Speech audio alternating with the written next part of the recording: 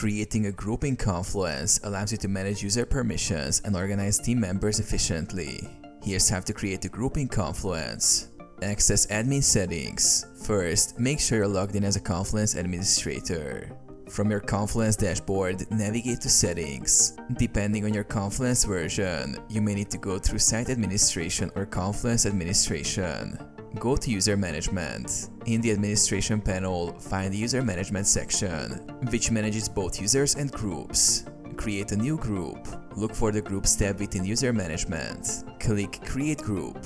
You'll be prompted to name the group. Choose a name that represents the group's purpose or department. Add users to the group. After creating the group, you can add members. Go to Users or Members within the group settings and search for individual users to add. Select users and click Add to Group. Assign permissions. Once the group is created and members are added, you can assign permissions based on the group.